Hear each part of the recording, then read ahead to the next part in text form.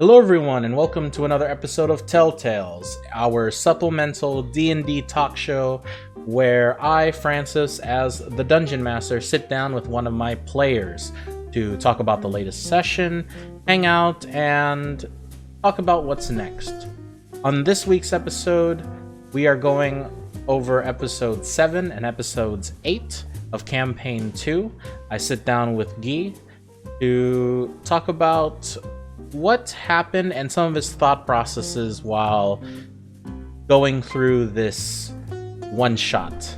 So, with that out of the way, let's jump into the episode.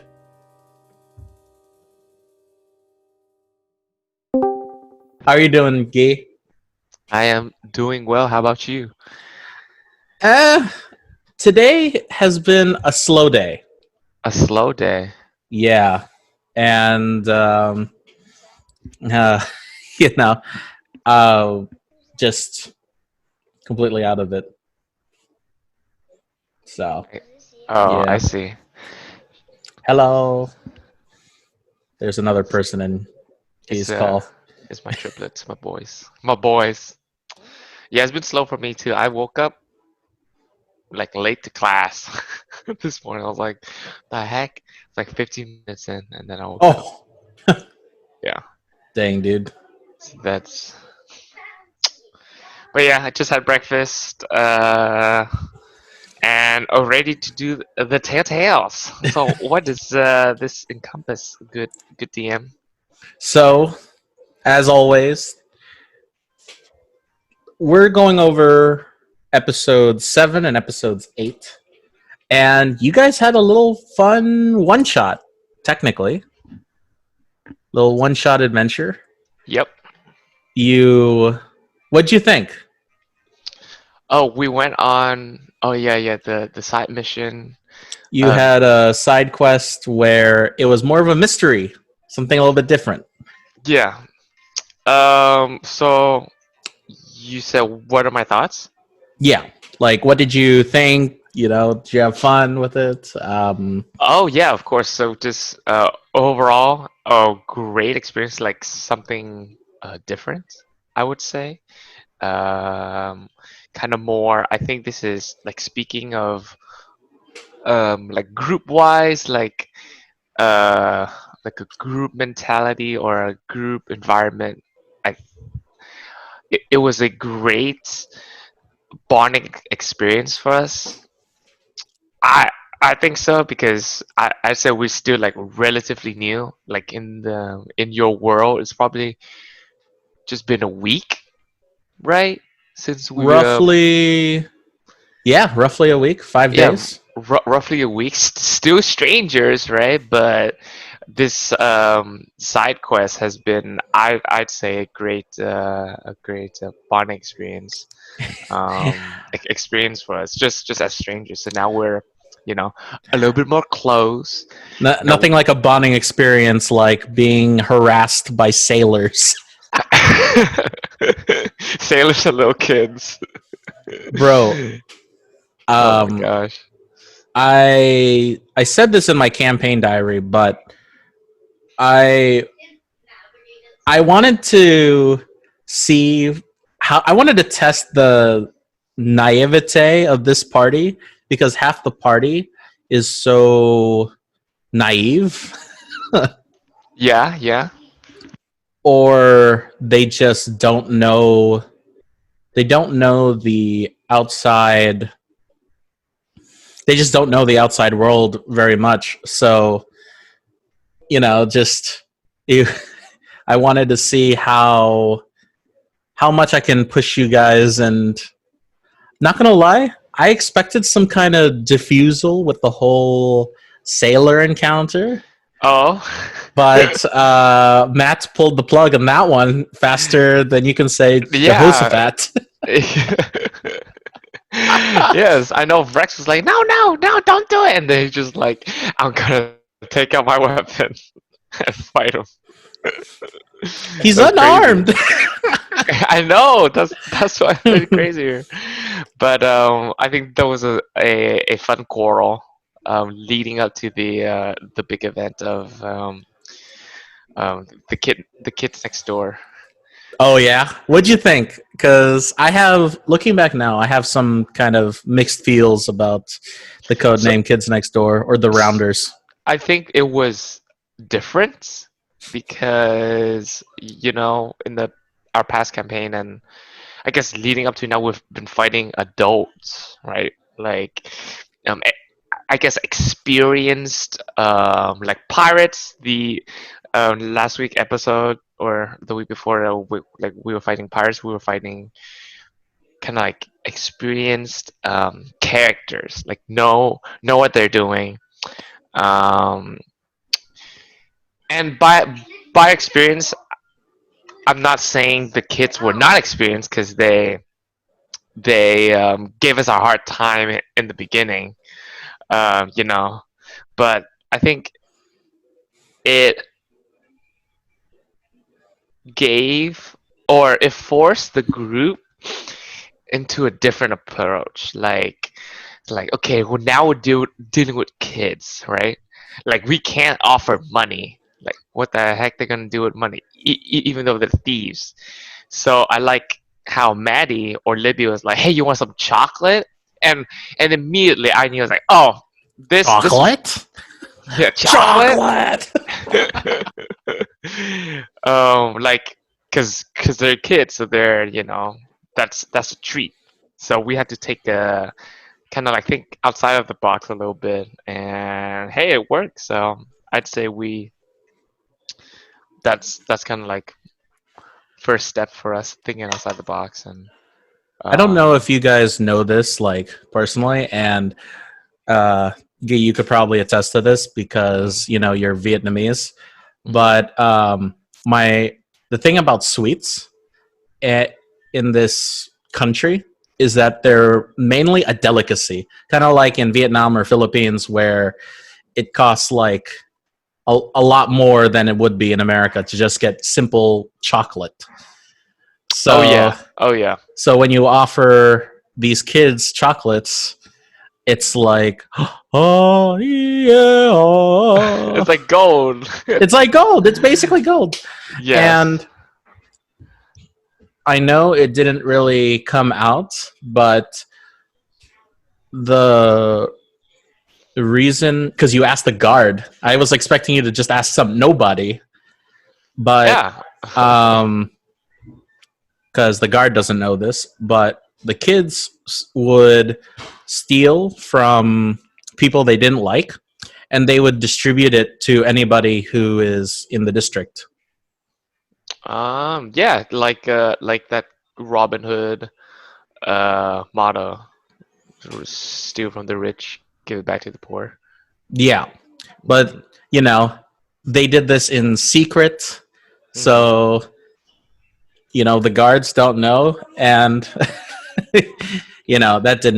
that part was kind of scuffed, but it's okay. we, it's fine. We flew past it. Yeah, it's just that led up to after we gained the kids' trust. Usually, when I say that, we're like, we gain the trust of the temple lord or the god, but now we gain the trust from little kids to bruh proceed. bruh, it's funny because since this whole cutscene Hmm. started when you guys were like 500 feet away, they're just automatic misses. So these small kids are trying to throw rocks at you from Yeah, like a mile away, and it's not anywhere near you. yeah. it's Was it's not good. was that what you were rolling on the side to see if things were to hit? I rolled on the side Uh, just to give the illusion that I had the chance to hit you when I didn't. But then when you That's got funny. close and you're like, I want to approach the junk pile, and then number one just releases the mountain where it's literally a landslide of junk. Yeah, that's great. Where did you s- I know it came from the the kids next door, but Hmm. why did you want it to include it into your campaign? Was it like you watched it the day before, or you just thought of it? I mainly did that because I wanted to give the sense of like the time period is a renaissance, and I wanted to give the world some feel that this is more modern than your typical high fantasy. So a junkyard is, you know, a is like the slums version of, of modernization. We've seen Yeah, it in anime and all a lot of TV shows. You know, I uh, it. I was really inspired by. Was it in Fire Force where they had to go to the junkyard? yeah, yes. That's that was kind of my whole inspiration for this area. But Got you. Okay. um, I actually was trying to make better maps and try to get better at map making. Hmm. So I just played around with different shapes and whatnot, and I created a sewers, and that kind of led everything from there. Ah, so start with the sewers. I like to start with the end result and then go backwards. That's And the usually backtrack. I see. yeah. Okay. Okay. Oh. So are we gonna be seeing um so this world is a Renaissance theme, it's more modern. Will the Wandering Willows I'm just gonna use that name for Yeah, now. we don't have a group name yet. Yeah. So will the Wandering Willows be will encounter other like inspirations that you draw from from the outside world, let's say. Maybe. Definitely. Okay. I That's a thing because after a certain point, I think that if I include too many modern things, then it would just be a very modern campaign, which I Yeah. don't want. Hmm. I wanted to give it that Eastern Europe, Indian vibe to it, Hmm. but more like I don't know, like a. It's like imagine if Dubai was steampunk.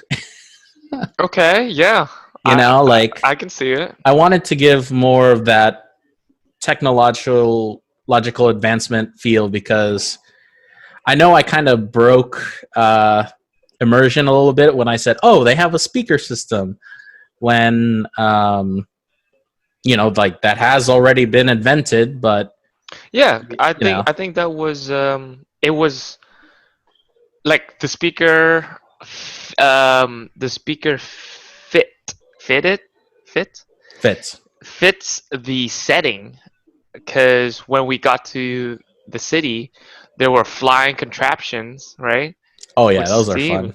Yeah, so I'm like when uh I'm not taking shots at Maddie, but when she said, okay, maybe I'm taking a shot at Maddie, but when she said when you mentioned speakers and Maddie said, Francis, this is not the modern world. I thought, but we saw flying contraptions. If they can, if they can I invent think flying he contraptions, forgot. oh, okay, Yeah. yeah, because I'm like flying contraptions. They have to have like speakers like fit that bill, you I know? mean, you saw guns. I mean, Yeah, there you like, go. I, I'm I'm pretty sure speakers came before guns, but I don't know. I mean, it's just a funnel. Yeah.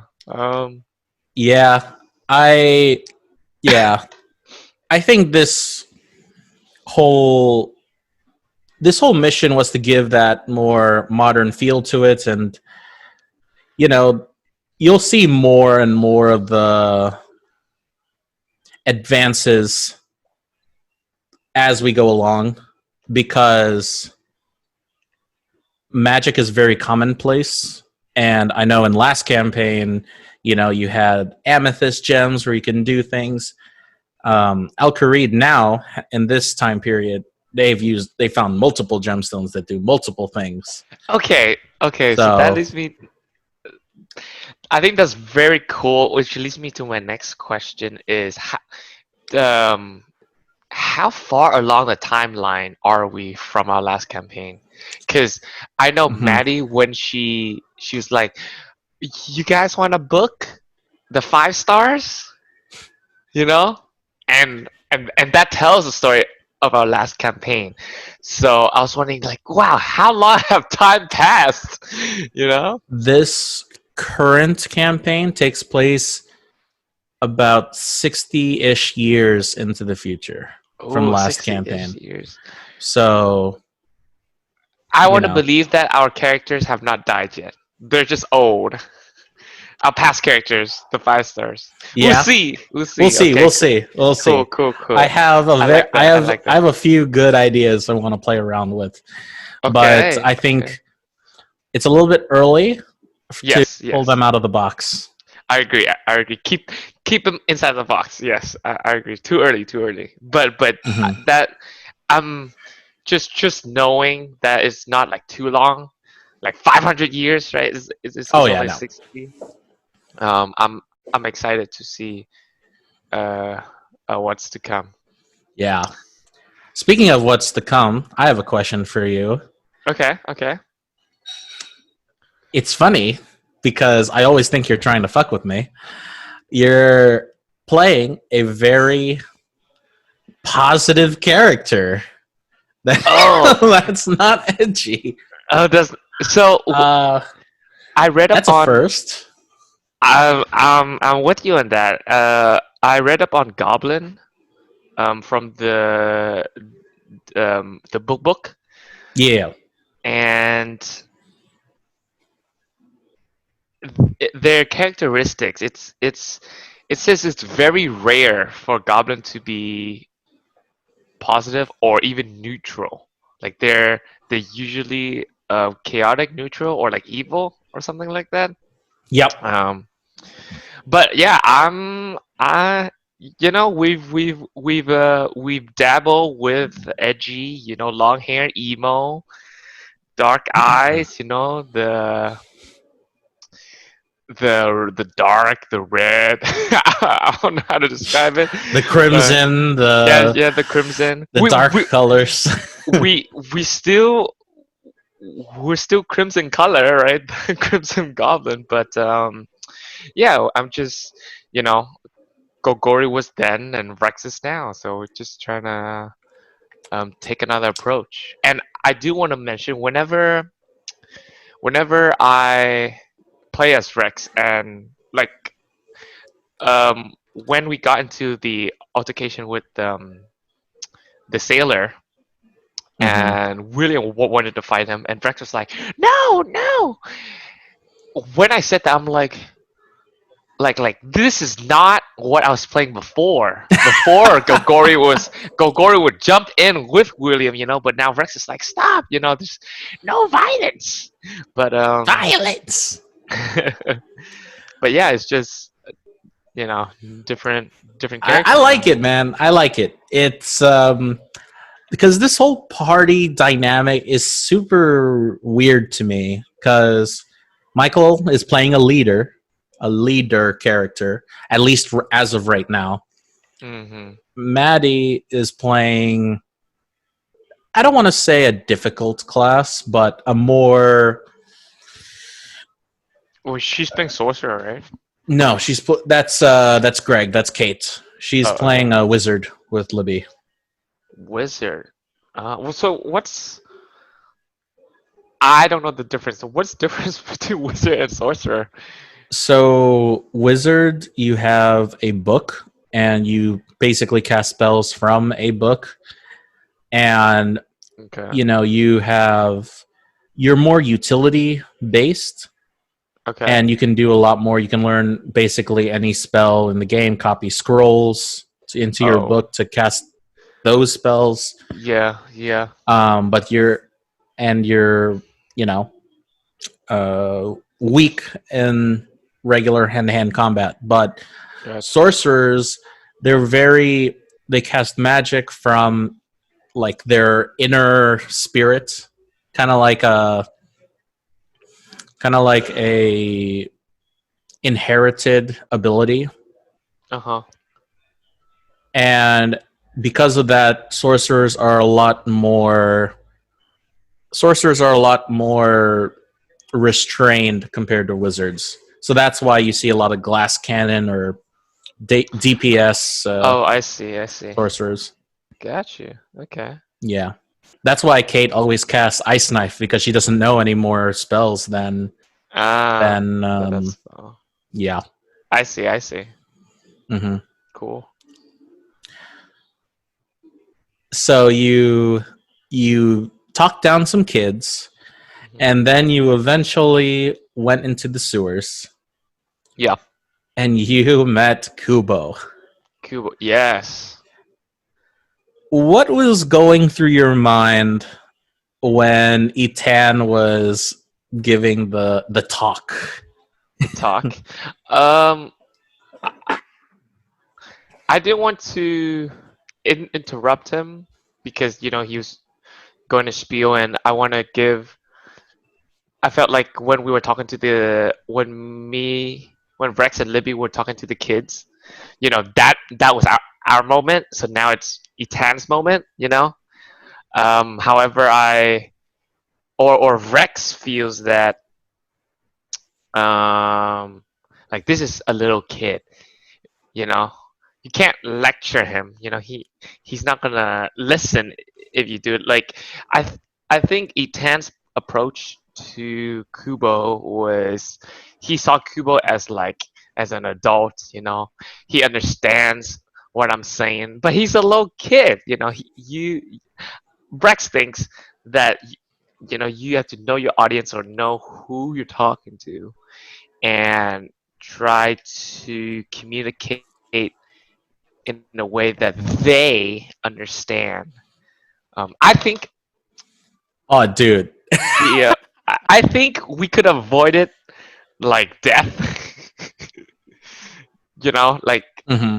the mother dying if we took the initial approach more carefully.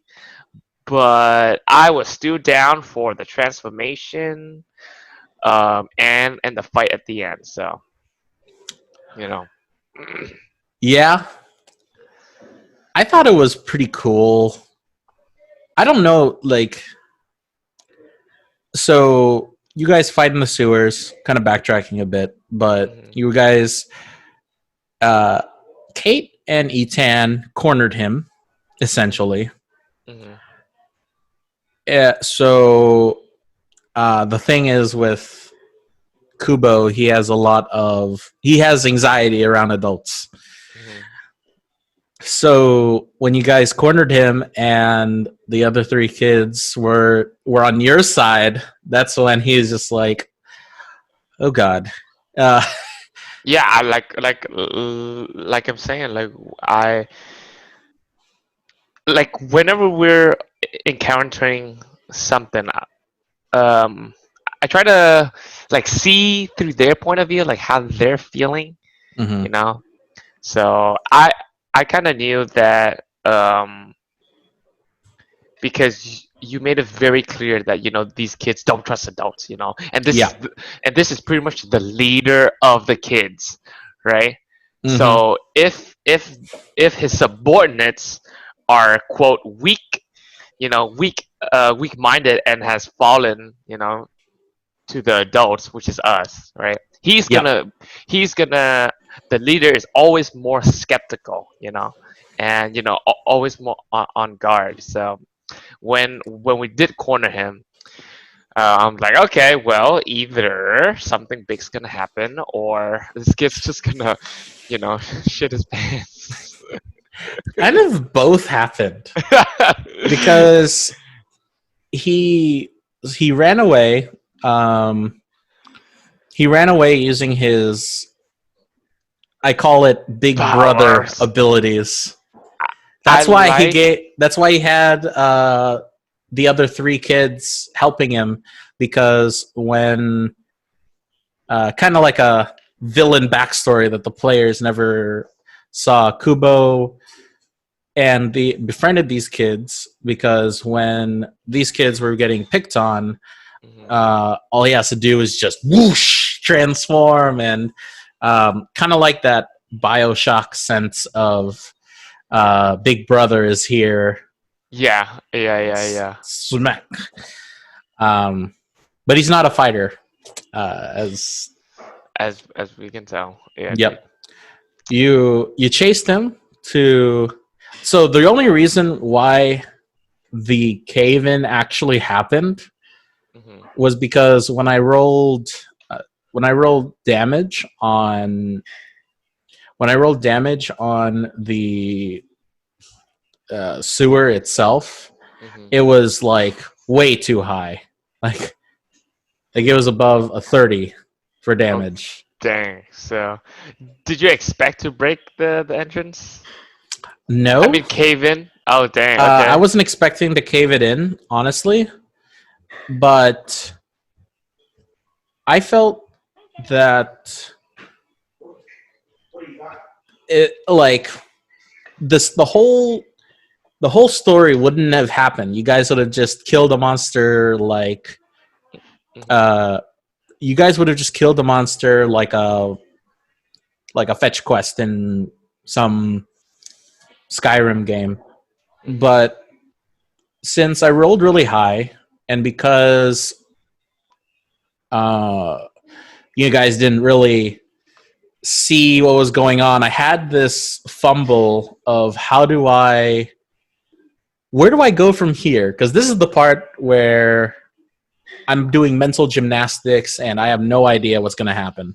Yeah, yeah, yeah, yeah. So you guys chased him out, and then the idea struck when you asked the kids, where does he like to go? Dang, so that was improvised. I like it. Hmm. Did you even suspect Zalim of No, being? no, no. I was like, it has to be like some sort of house within this district. But when you said we approached the house and Zalim came out, I was like, oh my gosh, I know what's gonna happen now. I was like, okay, okay, this is great. So the so did so we found Zalim tied up. Did Mhm. he tie them up?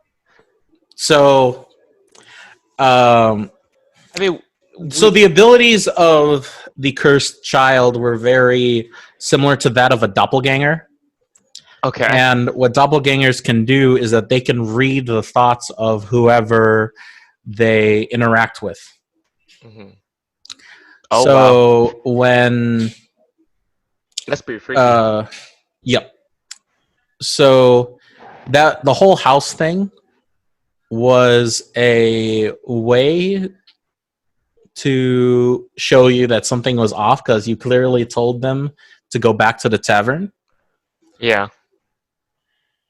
So the way it worked was, um, Zal- or not Zalim, the um, the person, or sorry, Kubo got into because he would spy on his mom. He would he would read her thoughts, and during that time, she was, because she told Zalim um, about the party looking for Hamed. So he basically, Kubo followed Zalim and Nadia to the tavern, because he's still a little kid. They go up to the room to get some rest, and poor Zalim, he just gets clocked along the side of the head, and Kubo shapeshifts into him, and they go back to her house. Yeah. So poor Zalim, he. Dang. I love that loser, but God. You hear, That was funny, dude. Everyone's tired. I could already tell that everyone's tired by the end of the session. You guys wanted to wrap it up because it was getting that time of the night, and you just hear, and then you finally ungag him. Yeah. He comes out and he's like, "Oh, where's Lady Nadia?" And everyone's like, "She's dead. She's dead. He didn't make it." Oh. Bro, Zalim is becoming essentially, I'm thinking either Carly's brother from iCarly. Oh my gosh. Or Sokka from Avatar Last Airbender. I think Sokka fits the bill the most. He's just like the psychic character, Mm-hmm. But we did get some loot. I'm pretty happy about that. We got some cash. Dude, I was so scared you guys are just gonna leave the cash there and just be like, "We didn't win this fight. She still died." Oh, really? I'm just like, the whole point of this was to get you guys gold, and honestly, the gold was in the sewer when you guys picked up the jewelry bins. Mm-hmm. That was the treasure. But you guys didn't take it. You dropped it. Wait, so there was more treasure? Yes. Oh my god. But I basically just clumped it together in the payment because I know for a fact you guys will not go back there. Yeah. You will not think about going back there. Yeah. So. Kubo was relatively fast, which I was kind of disappointed because after only one turn he's dead already. But I can see why, because he's just a child having super abilities. In his normal Kubo form, Kubo is faster than a regular being, basically. Because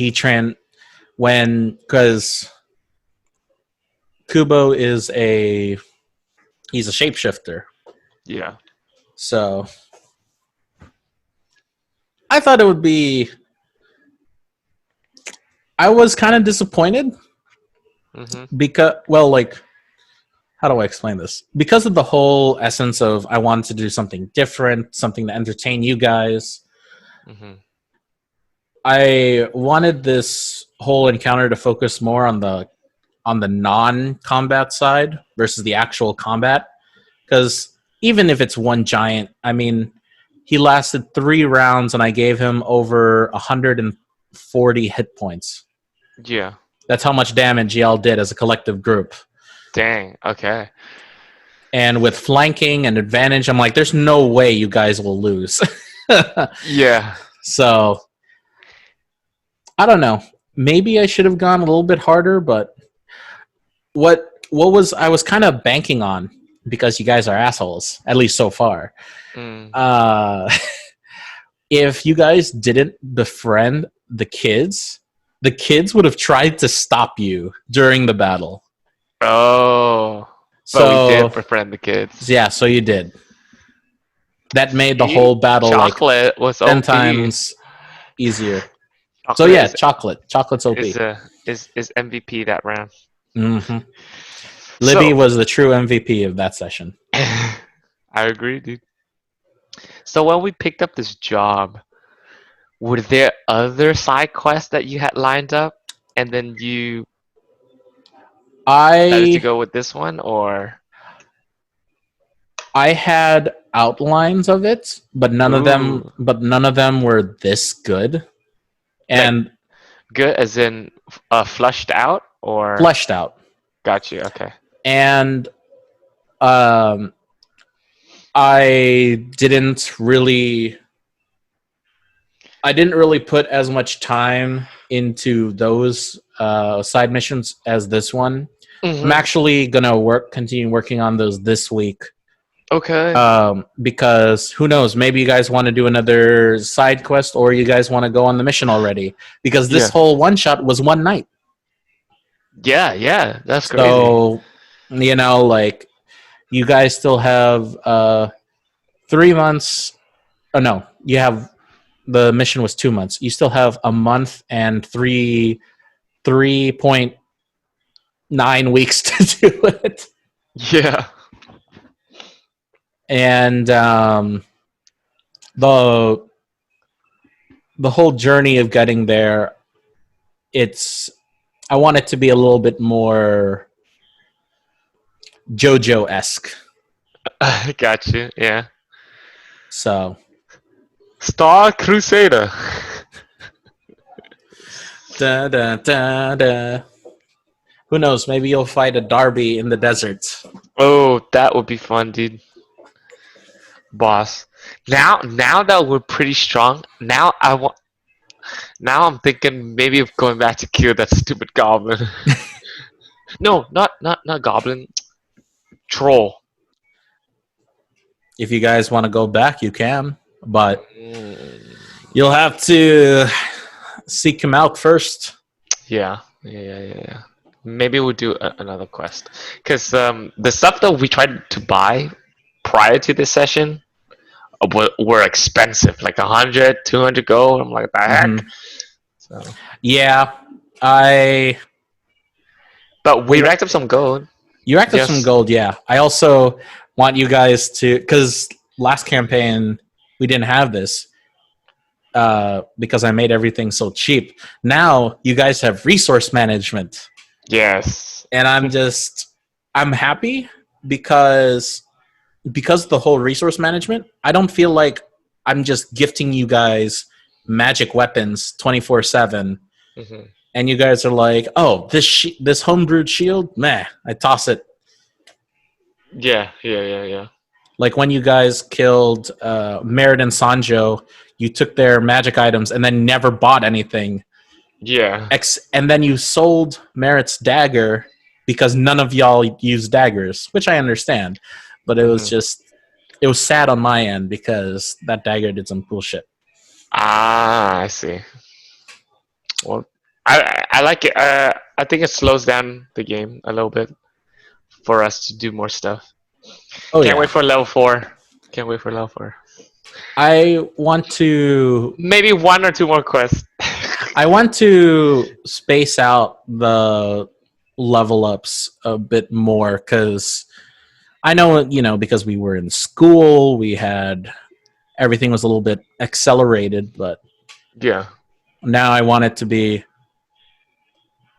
a little bit longer because I was looking at critical role level ups just to Hmm. see, just to reference like how many episodes it takes because each episode is, it's 1 week. Yeah. For them, for campaign 2, they went from level 3 to level 4 after 10 sessions. Wow. Exactly. That's So crazy. that's 10 Okay. weeks. I don't want it Dang. I don't want it to be that long, but I want Yeah. it to be at least more than 3 or 4. Okay. Yeah. That's crazy. That's long. Yeah, Yeah, 10 weeks.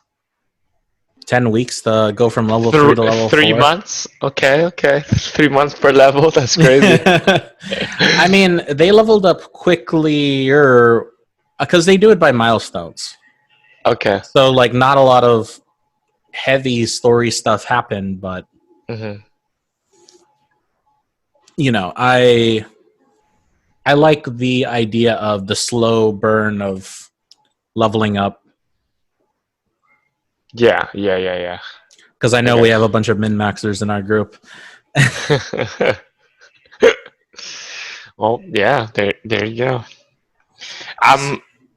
Uh, I want to say I'm excited for next session, but I won't be there because I'm going up to Austin. Okay, damn, bro. That I want to see I'm what's next. yeah. I'm sad that you can't make it, but you know what can you do really? Hmm. I'll keep you updated. Like if I do come back early, as in like for the second half of the session, then yeah. I'm I'm pretty sure I'll be back second half because I don't want to drive at night. You Okay, know, yeah, I drive mean back at night.